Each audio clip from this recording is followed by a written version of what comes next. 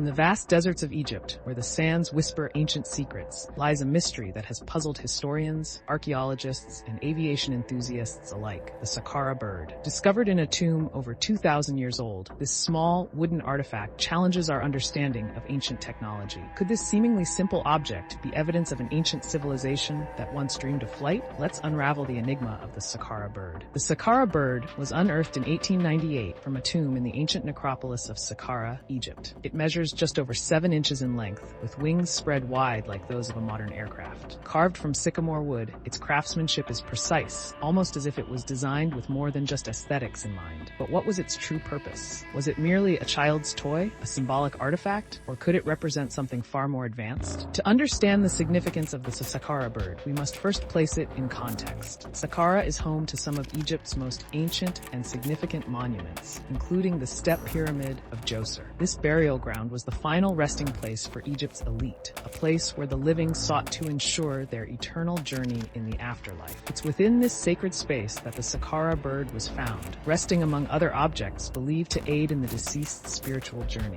Some scholars suggest that the Saqqara bird was simply a symbolic representation of the soul's flight after death. In ancient Egyptian mythology, birds often symbolized the ba, a part of the soul that could leave the body and travel between the realms of the living and the dead. But there's another theory, one that pushes the boundaries of what we believe was possible in ancient times. In 1969, Dr. Khalil Messiha, an Egyptian doctor and amateur archaeologist, proposed that the Saqqara bird was not just a symbolic artifact, but a scale model of an ancient flying machine. Unlike typical bird statues from ancient Egypt, the Saqqara bird lacks legs and tail feathers, features that would be expected if it were a mere decorative object. Instead, it has a vertical tail, much like the rudder of an aircraft, and its wings are positioned in a way that could suggest the capability of generating lift. Dr. Messiha's theory sparked controversy and debate. Could the ancient Egyptians have understood the principles of flight thousands of years before the Wright brothers? The design of the Saqqara bird is intriguing. Its wingspan and shape are very close to what we see in modern gliders. While it's not perfect by today's standards, the fact that it can glide at all is remarkable for an artifact of its age. While the idea of ancient Egyptians experimenting with flight is fascinating, we must be cautious. The Saqqara bird could very well be a coincidence, a beautiful example of ancient craftsmanship,